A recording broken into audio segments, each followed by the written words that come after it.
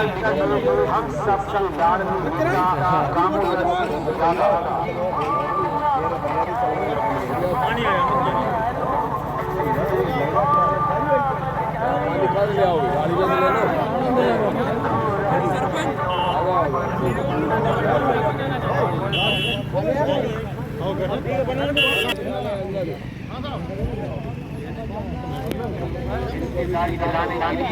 पिछड़ों दलितों और किसानों के संगठनों के तत्वाधान में एवं आर्मी के समर्थन में निकाली जा रही पिछड़ा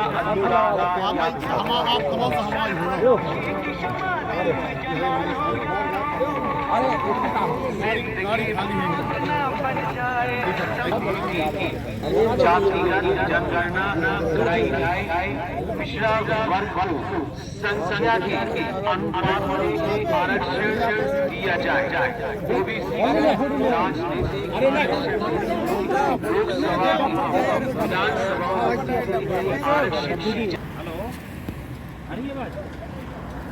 हेलो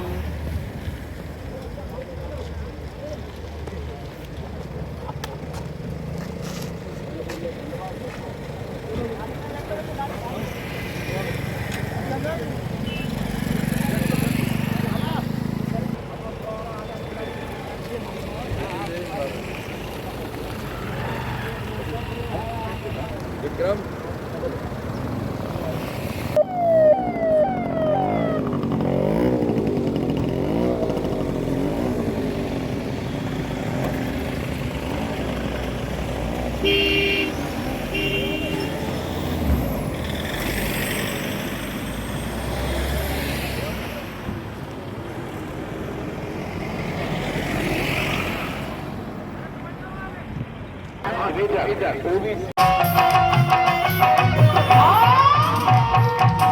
हमारे माननीय आदरणीय जाने न बंदन नीले कोरा अभिनंदन स्वागत करें हमारे स्वागत करें हमारे लाए फूलों की माला तेरी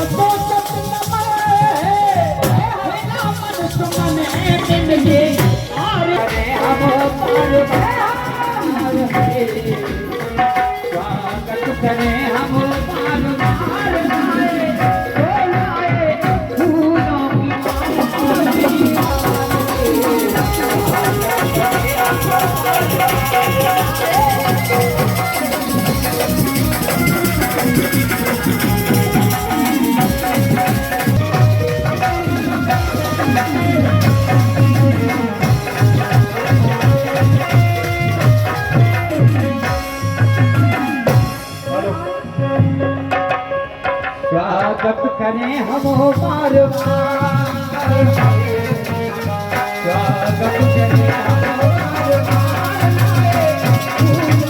इस बात का ध्यान रखना, ज्यादा नहीं बोलूंगा।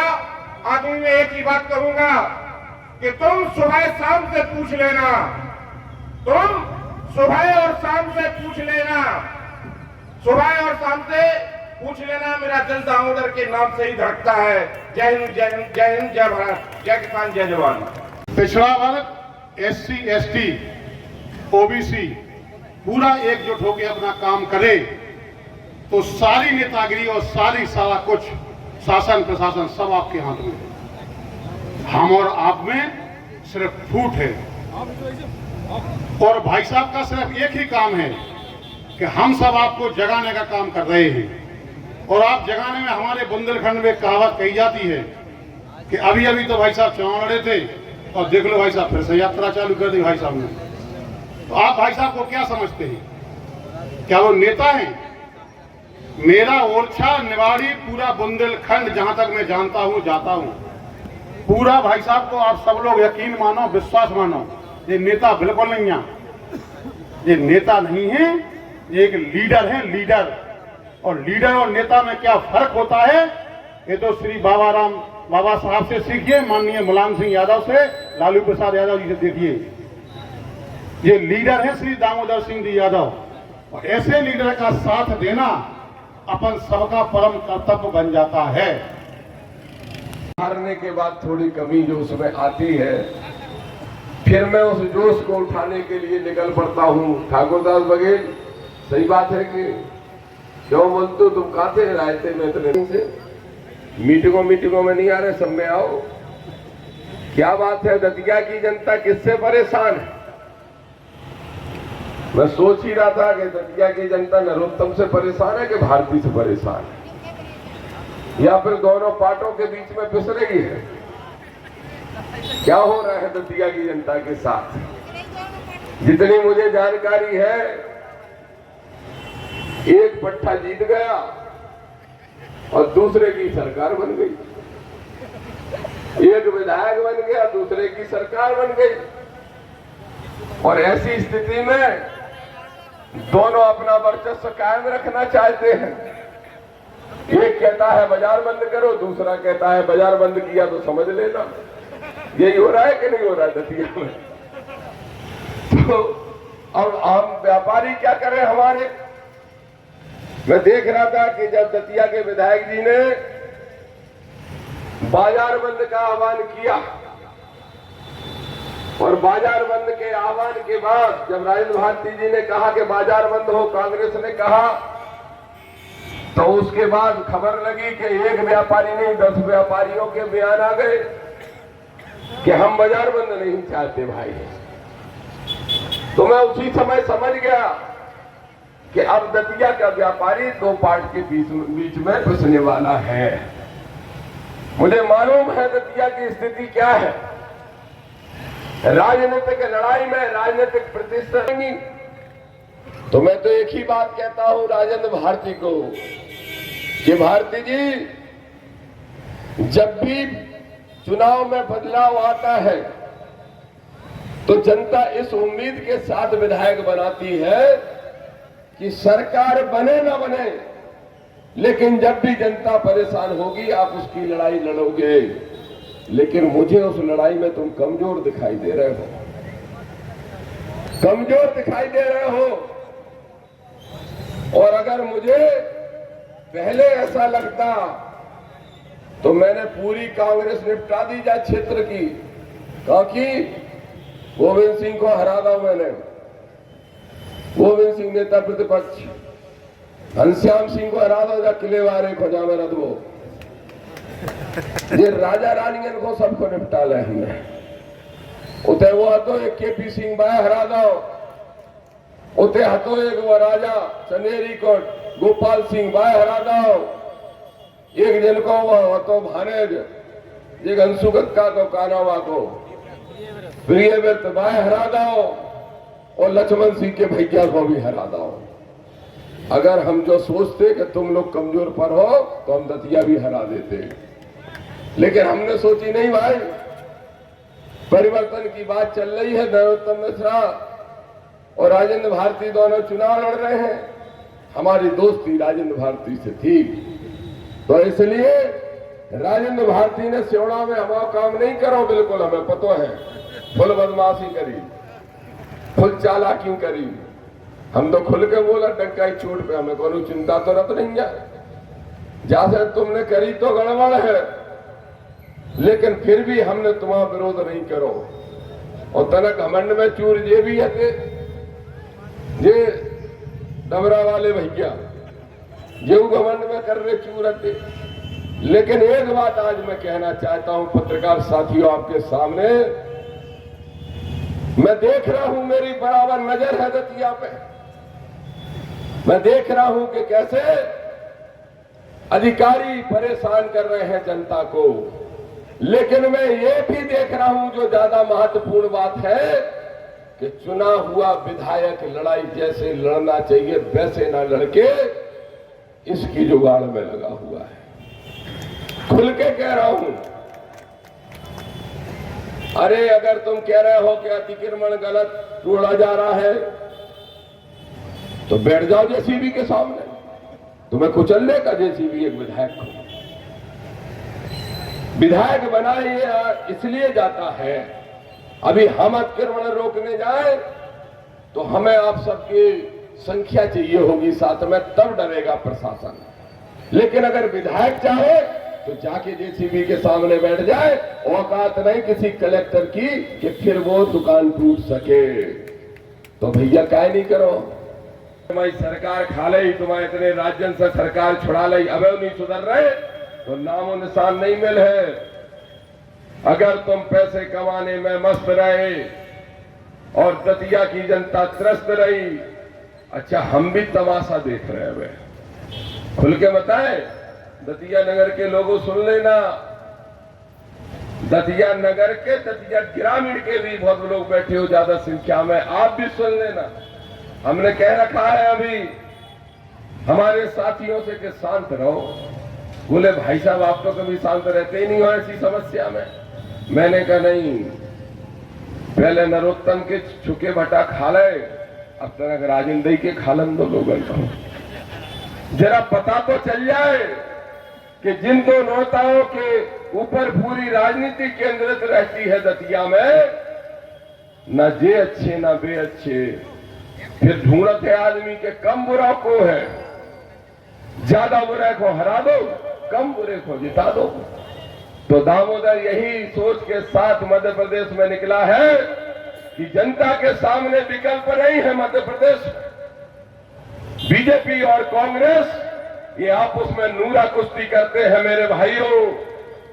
डॉक्टर गोविंद सिंह मंत्री थे, नरोत्तम मिश्रा जी के ऊपर जब तलवार लटक रही थी तो ये डॉक्टर गोविंद सिंह ही कमलनाथ के पास ले गए थे वकालत कराने के लिए। अब बताओ वे कांग्रेस के बड़े नेता, ये बीजेपी के बड़े नेता, अब बताओ ये कौन सी साठगांठ है। जनता करे तो क्या करे, किसान करे तो क्या करे, व्यापारी करे तो क्या करे, मैं बता रहा हूं क्या करे।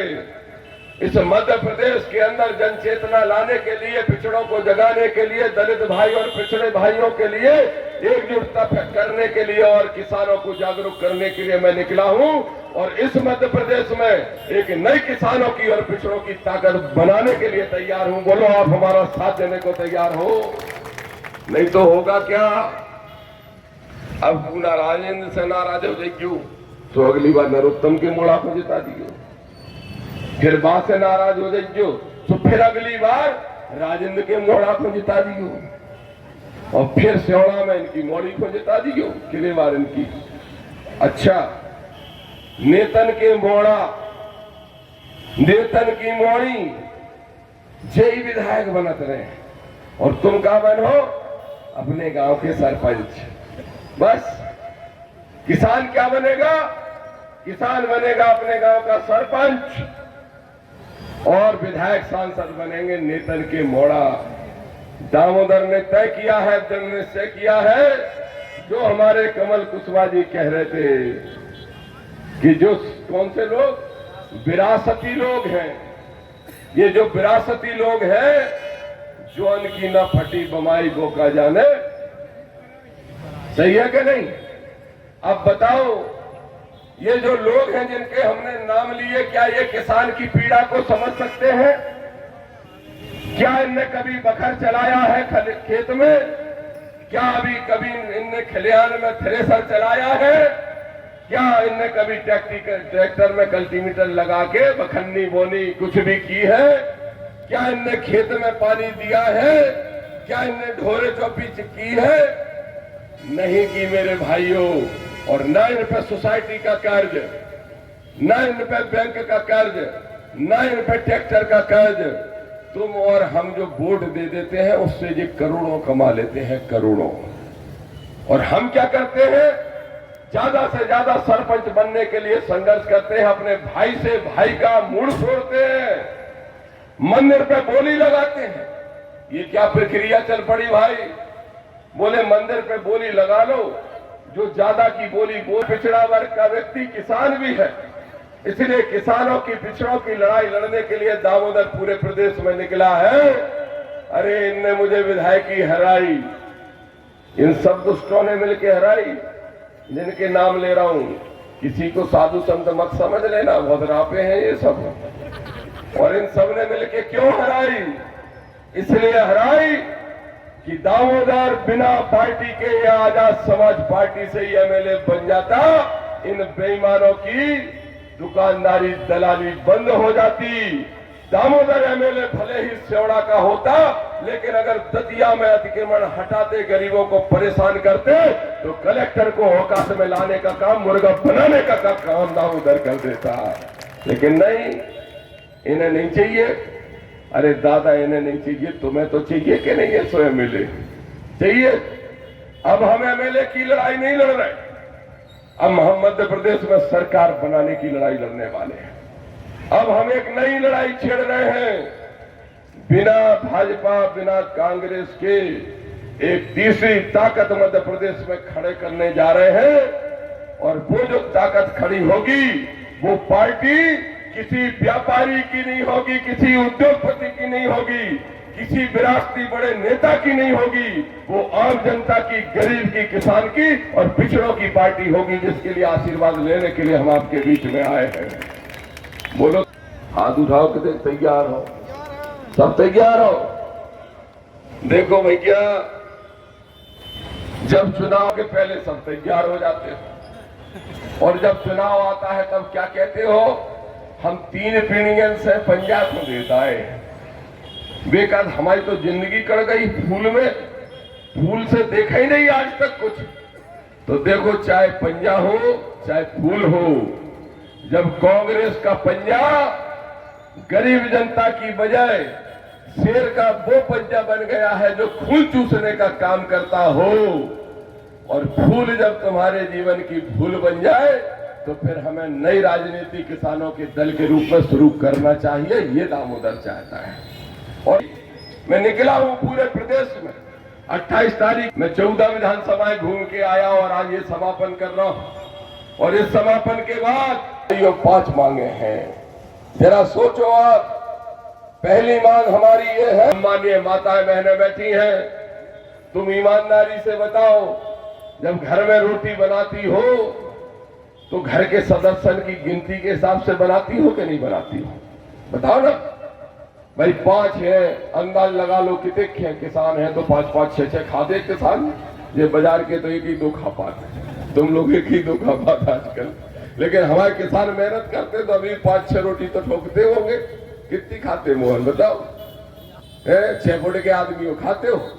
तो अब ये जब माताएं बहनें रोटी बनाती हैं तो गिनती करती है कि घर में 6 सदस्य हैं, तो कम से कम 30-35 रोटी बनाओ। क्यों भाई, ठीक बात है कि नहीं? तो गिनती जब तक नहीं होगी तब तक खाने का हिसाब कैसे लगाओगे? इसी तरीके से जब तक पिछड़े वर्ग के लोगों की गिनती नहीं करोगे, तो फिर उनको अपनी स्कीमों का लाभ कैसे दोगे? इसलिए हमारी पहली मांग है कि मोहन यादव जी सुन लो, नरेंद्र मोदी जी सुन लो, हारे हुए मंत्री जी सुन लो, और जीते हुए विधायक जी सुन लो। पहली मांग है, हमारी जातिगत जनगणना करा दो। प्यार से बोल रहे हैं, करा दो। प्यार से करा दोगे तो ठीक, नहीं तो तुम्हारी कुर्सी में भोपाल में आके लात मारेंगे, सो ठीक हो जाओगे।